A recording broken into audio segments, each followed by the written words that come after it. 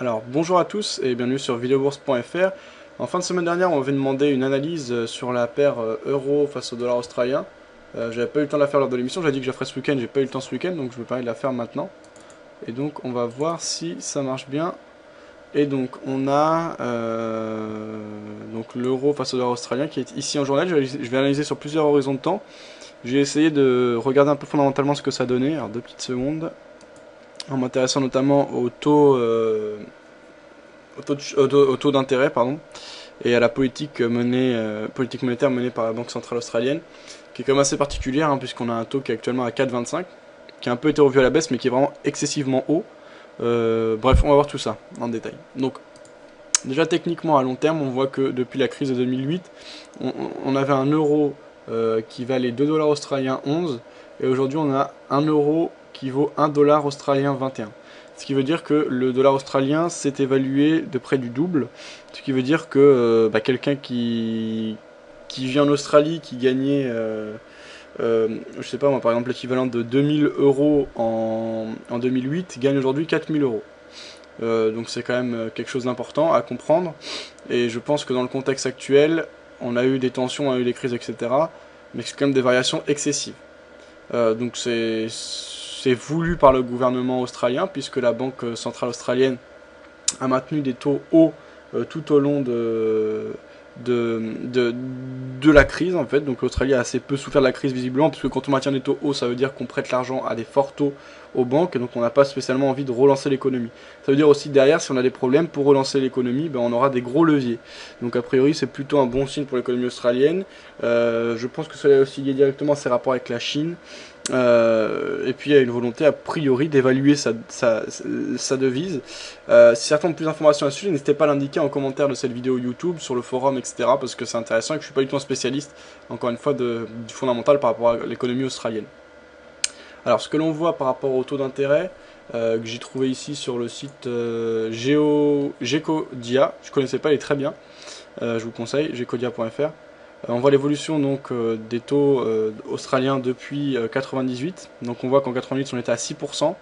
On a descendu 2000, donc avant la bulle internet on est à plus de 6%. On descend après la bulle internet à 4 et quelques pourcents, ce qui est toujours énorme. Hein, pour vous rendre compte, aux États-Unis on est à 0,25. En Europe on est à combien, je ne me rappelle plus. On est à 1 et quelques je crois. On a ensuite des taux qui ont monté jusqu'à 2008, jusqu'à 7 et quelques, ce qui est complètement dingue. Et donc avec la crise de 2008, avec des grosses inquiétudes, on a eu un abaissement des taux jusqu'à 3. 3 qui reste quand même assez élevé. Et là depuis on est revenu et on rebaisse légèrement là. Donc en général, l'économie australienne n'a pas tendance à baisser ses taux, sauf quand on est en période vraiment tendue, hein, on voit, le reste du temps il fait que d'augmenter ses taux, la Banque centrale australienne. Là on a une petite baisse, donc on a baissé 2 fois en novembre et en décembre dernier, passant de 4,75 à 4,50, puis de 4,50 à 4,25%. Comment interpréter ça par rapport à l'évolution des graphiques? Pour moi, le dollar australien joue clairement un rôle de valeur refuge grâce à son taux. Est-ce que l'Australie est vraiment un gros exportateur? Il faut s'y intéresser et regarder les balances commerciales, etc. C'est un travail que je vous invite à faire, qui sera important pour prendre notamment les positions à long terme. Moi, dans le cadre de mon analyse, pour pas aller vers trop de choses que je connais pas, etc., je vais me concentrer surtout sur le technique et la comparaison par rapport au taux d'intérêt, etc. Donc, moi, dès que j'ai ouvert mon graphique et j'ai vu que ça avait baissé depuis 2008, ça avait été divisé, le prix de dollar australien avait été multiplié par 2. Le premier effet que je me suis dit, c'est il faut acheter, c'est pas possible qu'il y ait une telle différence en l'espace de 4 ans, alors que certes on a des tensions, mais que c'est pas non plus la fin du monde pour le moment en tout cas, économiquement j'entends. Donc il y a sûrement des très bonnes affaires à faire, il faut acheter. Sauf que derrière, quand on se mange un taux de 4,25%, même si la politique monétaire semble plutôt à l'abaissement de ce dernier, ça va faire de nombreux investisseurs qui vont aller vers cette devise, surtout dans cette période où rien n'est vraiment sûr, pour assurer un rendement déjà de 4,25%. Et donc en plus de ce taux, étant donné qu'on aura une pression vendeuse sur les autres devises et acheteuse sur le dollar australien, c'est un peu autoréalisateur, c'est-à-dire qu'en maintenant ce taux, on intéresse encore plus d'investisseurs à venir vers la devise. Alors ce que je me dis aussi, c'est que le dollar australien va pas pouvoir continuer à s'évaluer indéfiniment. Donc il faut trouver des zones de limite. Le problème c'est qu'on est sur des plus bas historiques, donc dur de se repérer techniquement. Il faut essayer de voir un peu fondamentalement ce qui semble cohérent, les limites que l'on peut se fixer, etc.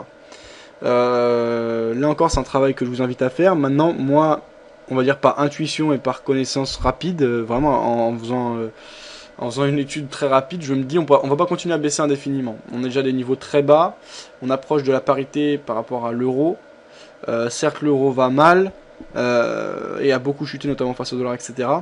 Mais de toute façon, on a déjà tellement dégringolé que il y a déjà une grande partie de la mauvaise santé de l'euro qui a été pricée forcément dans les mouvements qu'on a eu depuis 2008.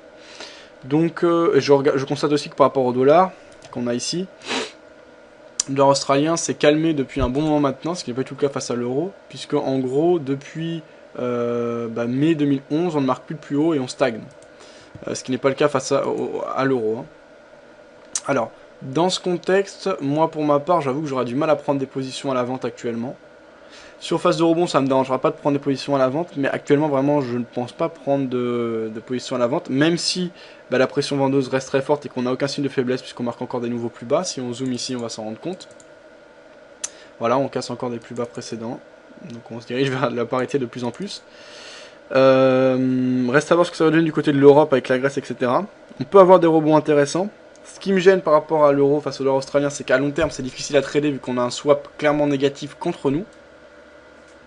Donc à long terme, je ne pense pas prendre de position à l'achat, même s'il pourrait y avoir un beau potentiel, parce que combien même on ait un swap négatif, étant donné l'accélération baissière de 100% quasi, de 100% qu'on a eu ces dernières années, en l'occurrence qui jouait contre nous, la phase de correction peut être importante, et par exemple penser à une perte de 25% de la valeur du dollar australien face à l'euro en quelques mois, c'est pas aberrant, puisqu'on sait que quand on a des gros mouvements, comme on dit les arbres n'ont pas au ciel, derrière on a des phases de correction qui correspondent toujours à la même chose, c'est-à-dire 23,6% ou 38,2%, et quand on a eu des excès tels, derrière on peut avoir des bonnes phases de correction aussi.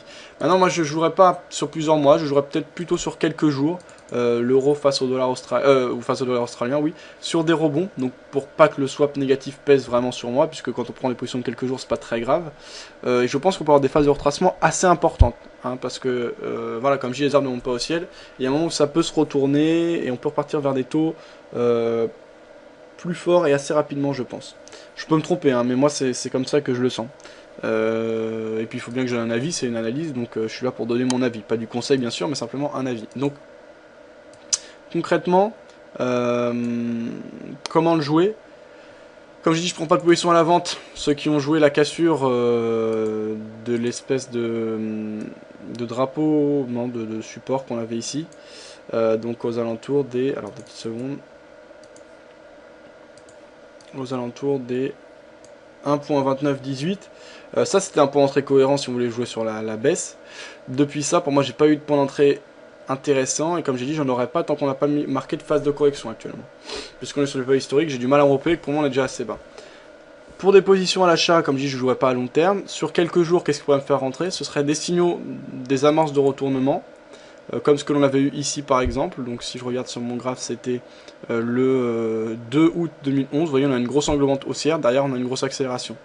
Pareil, le 12 septembre dernier, englobante haussière, derrière phase de correction importante. Englobante haussière, le 1er novembre, accélération haussière importante.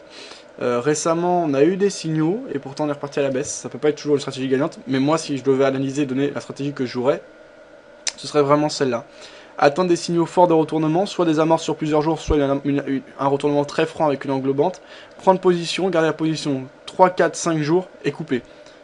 Pas s'exposer trop longtemps quand on a des taux d'intérêt assez forts, alors que tous les investisseurs cherchent de la sécurité, justement.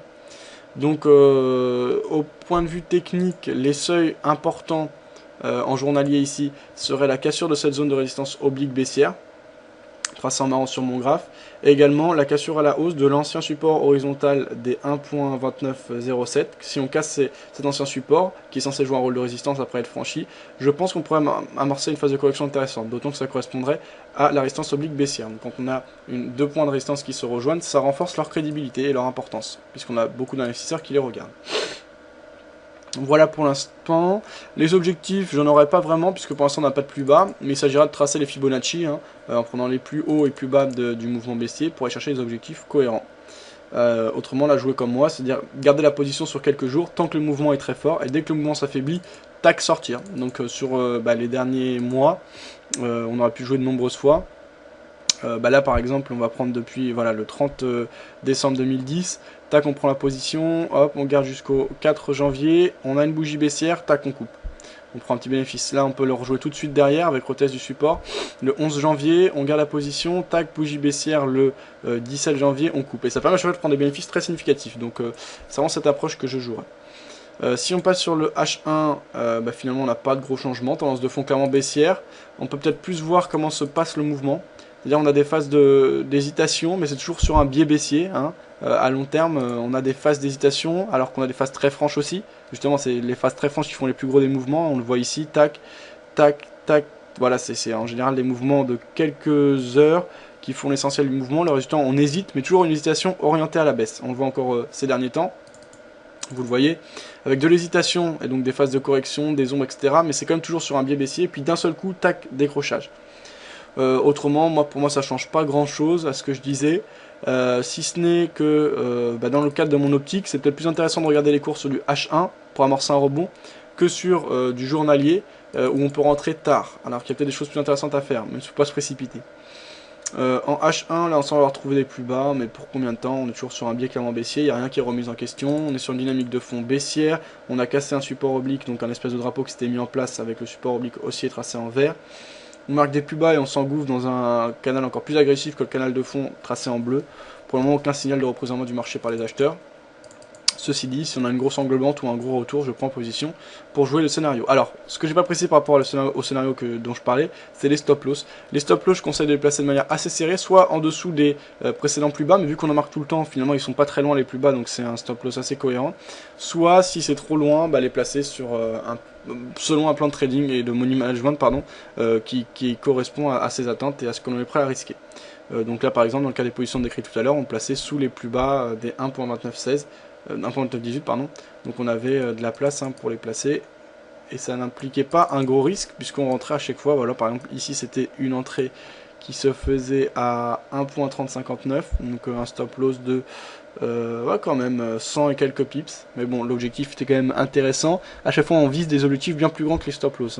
Voilà, ici par exemple le 11 janvier on plaçait 1.3136, stop loss à 1.2913, ça fait environ 200 pips, mais l'objectif que l'on va chercher il est derrière de 200 pips également.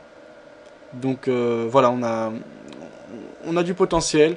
Se projeter sous le bas c'est intéressant. Si c'est trop loin, c'est possible. Des fois on a des grosses accélérations, donc on peut rentrer que assez tard. Par exemple, un 31,77, là ça fait quand même un gros écart, ça fait 250 pips, donc on peut par exemple passer son stop 100 pips derrière. Et en l'occurrence, ça aurait aussi marché. Donc voilà, deux poids, deux mesures, c'est-à-dire soit on est proche des précédents plus bas, on peut le passer en dessous, soit on en est loin et on choisit une distance cohérente par rapport à son plan de money management. Donc en H1, pour le moment, aucun signe de retournement. Donc pas de position à la vente selon ce que j'ai dit, et pas de position à l'achat non plus, puisque on n'a pas des acheteurs qui prouvent qu'ils veulent reprendre en main ce marché, au moins sur du moyen court terme. En M15, on se rend compte là davantage encore que la plupart du temps c'est l'hésitation et qu'on a des décrochages très rapides et très francs sur l'euro face au dollar australien. Ce qui veut dire qu'il faut mieux suivre ces mouvements très francs court terme, à mon avis, que essayer de rentrer sur des phases d'hésitation, etc. Alors que tout peut être remis en question sur un seul gros mouvement. Et donc ça renforce également le fait de ce que je pense, c'est-à-dire trader uniquement sur du court terme et donc s'adapter au comportement de la paire et donc pas trader toutes les paires de la même manière ou tous les produits financiers. Pour le moment, pas de signal de retournement. On a juste des plus bas qui ont été marqués. Donc on va prendre les plus hauts et les plus bas du mouvement. On se rend compte qu'on a retracé jusqu'à quasiment 38.2, qu'on repart à la baisse, mais il n'y a pas de vrai engouement. Donc pour moi, tant qu'on est sous la résistance oblique baissière ici, on n'aura pas de signal technique important. Mais moi, je ne prendrai même pas vraiment compte, je ne tiendrai même pas vraiment compte de ces seuils de résistance. À la limite des supports on peut avec les plus bas, si on veut jouer la poursuite du mouvement, entrer dans les cassures, pourquoi pas, pour 21,67, comme vous l'avez compris c'est pas mon biais. Moi je donnerai uniquement des gros mouvements de hausse pour prendre des positions à l'achat, comme ce que l'on a par exemple si on regarde les cours du passé. Ici voyons on a des bougies significatives, ici après on est déjà dans le mouvement haussier, moi j'entends quand on est sous pression vendeuse, là ça c'est pas suffisant vous voyez, là c'est suffisant, tac, après c'est pas pour ça que c'est forcément toujours bon Voilà, là c'est bon, là c'est cohérent. Derrière on a une grosse hausse. Oui, j'attends vraiment des accélérations et voilà, ça c'est un point d'entrée que j'aurais pris par exemple, à tort a priori. Donc voilà. Mais M15 c'est quand même du court terme. J'attendrai plutôt du H1, voire confirmation sur D1 pour prendre en compte des signaux pour moi crédibles de représentation du marché par les acheteurs. Donc M15, dans le cadre de mon approche, je le regarderai pas vraiment. Je dirais même qu'à court terme, ça dépend après de la force du mouvement. C'est sûr, quand on a un mouvement de baisse aussi fort que ça, faut pas hésiter à le suivre. Également, si je retourne dans le passé, voilà, quand on a des mouvements de hausse aussi francs que ça, faut pas hésiter à les prendre, ici aussi. Voilà, donc en gros vous avez compris mon approche, je pense. Si vous avez des questions, des avis, des critiques par rapport à ce que j'ai dit, des précisions à apporter, n'hésitez pas à l'indiquer via les différents médias, soit le forum, soit les commentaires YouTube, soit les commentaires sur Facebook, soit le chat écrit de vidéobourse.fr. Voilà, bonne journée à tous et à bientôt.